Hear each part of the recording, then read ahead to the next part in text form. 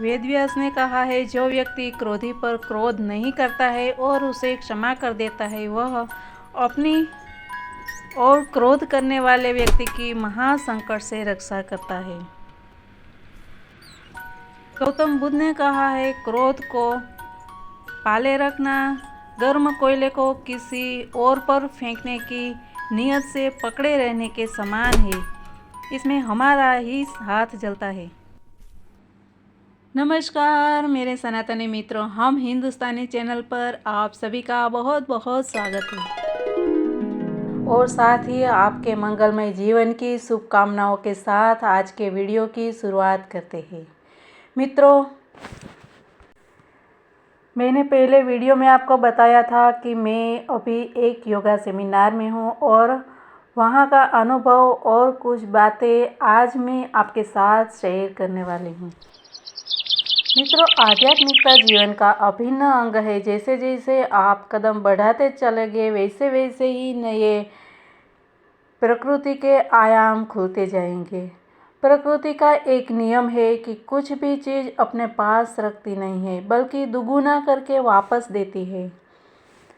जैसे ही हमारी सकारात्मक सोच बढ़ती जाएगी, वैसे ही हमारे साथ सकारात्मक व्यक्ति, परिस्थिति और आसपास का माहौल बनता जाएगा और यह माहौल हमारे जीवन को उन्नत बनाने में सहायक होगा।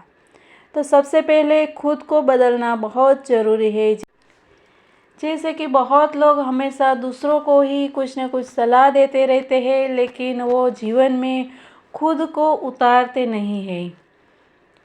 तो ऐसा नहीं करना चाहिए, पर हमारा जीवन ही ऐसा होना चाहिए जिससे अन्य लोगों को प्रेरणा और प्रोत्साहन मिले।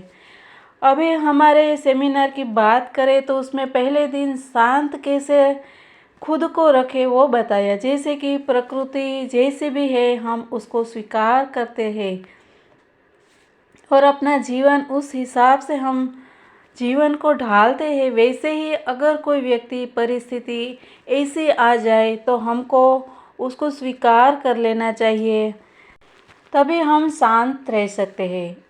और शांत मन ही जीवन को उन्नत बनाने का एक अच्छा तरीका है, क्योंकि मनुष्य जीवन का आखिरी लक्ष्य तो मोक्ष ही है।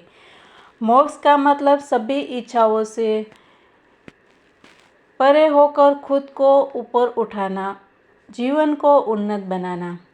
हाँ, तो अभी हम ये बात कर रहे हैं जैसे कि जो भी परिस्थिति है उसका हमें स्वीकार कर लेना चाहिए। जैसे कि परिवार के कोई सभ्य में कुछ हमारे अनुकूल होते हैं और कुछ सभ्य से विचार नहीं मिलते हैं, तो उस हालात में हम उससे अलग भी नहीं हो सकते हैं। तो खुद को बदलने की कोशिश करनी चाहिए, न कि सामने वाले को स्वभाव बदलने की उम्मीद करें। तभी हम शांत रह सकते हैं।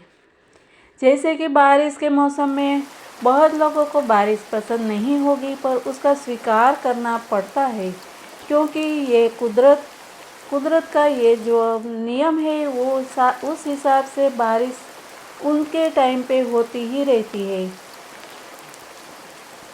तो बारिश को रोकना हमारे बस की बात नहीं है। कुदरत के जो भी नियम और परिस्थितियाँ हैं उसे हम ढल चुके हैं उस हिसाब से, और हम उसके परिस्थिति मतलब बारिश के आने से पहले ही हम उससे प्रिपेयर हो जाते हैं। और ठीक उसी तरह ही हमको खुद को ही वो परिस्थिति में ढालना होगा और उसको हमें स्वीकार करना होगा, तभी हम शांत रह सकते हैं और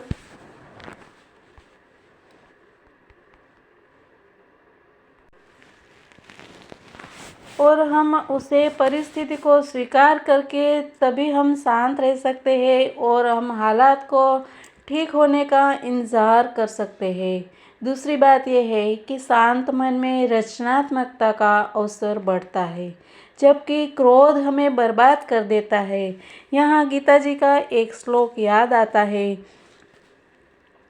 कि क्रोधात् भवति सम्मोहः, सम्मोहात् स्मृतिविभ्रमः, स्मृतिभ्रंशात् बुद्धिनाशो, बुद्धिनाशात् प्रणश्यति। यानी कि क्रोध से सम्मोह अर्थात कर्तव्य अकर्तव्य विषयक अविवेक उत्पन्न होता है। क्रोधी मनुष्य मोहित होकर गुरु को भी गाली दे देते हैं। मोह से स्मृति विभ्रम होता है, अर्थात शास्त्र और आचार्य द्वारा सुने हुए उपदेश के जो उपदेश से जो स्मृति हमारी उत्पन्न होती है वह प्रकट होने के समय प्रकट नहीं होती है, यानी कि जब याद आना चाहिए तब याद नहीं आता है।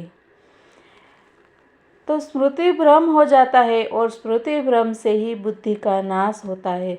अंतःकरण में कार्य अकार्य विषयक विवेचन की योग्यता का न रहना बुद्धि का नाश कहा जाता है। बुद्धि का नाश होने पर मनुष्य का नष्ट होना तय है, क्योंकि वह तब तक ही मनुष्य है जब तक उसका अंतःकरण कार्य अकार्य के विषय में सतर्क है। इसी योग्यता न रहने पर मनुष्य नष्टप्राय यानी कि मनुष्यता से हीन हो जाता है। अंतःकरण की बुद्धि का नाश होने से पुरुष पुरुषार्थ के योग्य नहीं रहते हैं। मित्रों, शांत कैसे रहा जाए, यह सवाल भी सभी के मन में जरूर आया होगा। तो इसका जवाब है कि एक तो हमें परिस्थितियों या व्यक्ति को स्वीकार लेना चाहिए। दूसरी बात, अगर फिर भी कुछ चीज़ों का सामना करने में असमर्थ हो तो खुद को बदलने की कोशिश करनी चाहिए। और वो कैसे करेंगे? हमें अपने आप को कार्य में प्रवृत्त रखना चाहिए।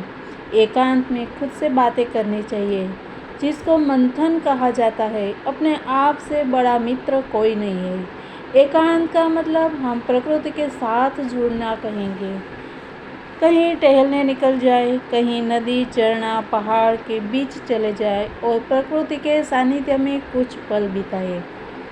कभी आसमान के सितारों को देखिए, सूरज और चांद को देखिए, ये हमेशा सक्रिय रहते हैं। कभी भी ये आराम नहीं करते हैं कि आज हम थक गए हैं तो घर में आराम करते हैं। नहीं, खुद को जब हम प्रवृत्त रखना सीख लेंगे तब जीवन की सारी समस्या हल हो जाएगी। जीवन जीने के नए रास्ते खुलेंगे। दूसरी बात, जब भी क्रोध आए तो रिएक्ट करने से पहले 1 मिनट रुक जाए। वो पल अगर संभाल लिया तो दूसरे ही पल आपको लगेगा कि हमने ये किया, वो सही किया, क्योंकि गुस्से में किया गया कोई भी कार्य गलत ही होता है और उसका परिणाम पछतावा के अलावा कुछ नहीं होता है। बाद में पछताने से अच्छा है कि अगर हम उस पल को, उस क्षण को हम संभाल लेते हैं तो हमारा जीवन है वो बहुत ही आसान हो जाएगा। फिर हमको और एक तरीका है मन को शांत रखने का कि जब भी हमको क्रोध आए तब मुंह में पानी भर के रखना चाहिए। थोड़ी देर बाद वो पानी बाहर निकाल दो। ऐसा बार बार करो। हम सबको मालूम है कि पानी आग बुझाने का कार्य करता है और हमारे अंदर आया हुआ क्रोध एक अग्नि की तरह होता है जो सब कुछ तहस नहस कर सकता है। इसीलिए क्रोध को क्रोधाग्नि कहा जाता है। मतलब गुस्सा अग्नि के समान होता है और अग्नि को शांत करने के लिए पानी का सहारा लेते हैं। तो मुंह से निकलने वाले अग्नि है वो शांत हो जाएगी। और फिर इसके बाद जो हम ये उपाय बता रहे वो सबको पता है, सबको मालूम है, पर उसका अमल है उसमें थोड़ी देर कर देते हैं। वो है योगा, मेडिटेशन, ध्यान। ये सबसे पावरफुल उपाय है। प्राणायाम यानी कि हमारे जो प्राण है उसका नियमन करना, उसको सही करना। तो ये प्राणायाम, योग, ध्यान वो सबसे पावरफुल एक साधन है हमारे जीवन को सही करने के लिए। तो जीवन में इसको हमेशा हमको शामिल करना ही चाहिए और ये जीवन का एक अंग होना चाहिए। तो मित्रों, इन सब का सार ये है कि मनुष्य को शांत रहना चाहिए, तभी वो खुद को तो उन्नत कर ही सकता है, पर इसके साथ अन्य लोगों को प्रेरित करके समाज सुधार को कार्य भी एक अच्छे से कर सकता है और इससे एक स्वस्थ समाज का निर्माण हो सकता है। तो आज के लिए मित्रों इतना ही। मित्रों, अगर आपको यह वीडियो पसंद आया है और कुछ जीवन में उपयोग में आने वाला लगा हो तो हमारे इस वीडियो को लाइक और शेयर कर दीजिए और हमारी चैनल हम हिंदुस्तानी चैनल को सब्सक्राइब ज़रूर कर दीजिए। तो इतना ही मित्रों, धन्यवाद। जय हिंद, वंदे मातरम, भारत माता की जय।